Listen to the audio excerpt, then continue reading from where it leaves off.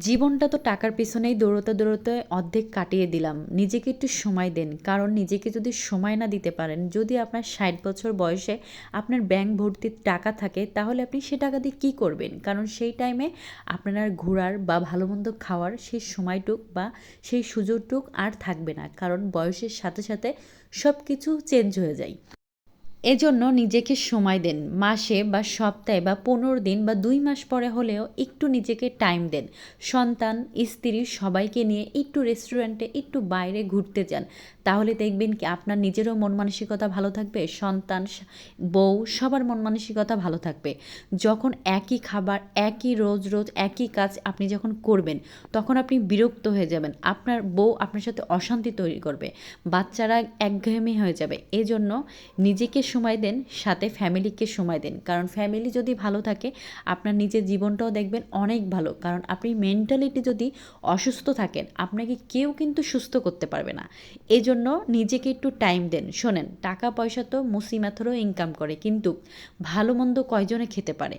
অনেকে আছে ভালো মন্দ না খেয়ে টাকা একটু, একটু করে ব্যাংকে জমিয়ে রাখে সন্তানের ভবিষ্যতের জন্য। কিন্তু এই সন্তানটা বড় হয়ে কি আপনাকে দেখবে? আদৌ কি দেখবে? আমরা তো এখন ফেসবুক যাই করি না কেন, টিভি খুললেই দেখি সন্তানে মাকে মেরে ফেলেছে, বাপকে কোপাইছে। এগুলো দেখতে, দেখতে একদম মন মানসিকতাটা এত নষ্ট হয়ে গেছে যে বাচ্চা-কাচ্চা এত কষ্ট করে জন্ম দিয়ে লালন-পালন করে শিক্ষিত বানিয়ে তাদের কাছ থেকে যদি মুখে লাথি ঝাঁটা খাই, তাহলে কিভাবে?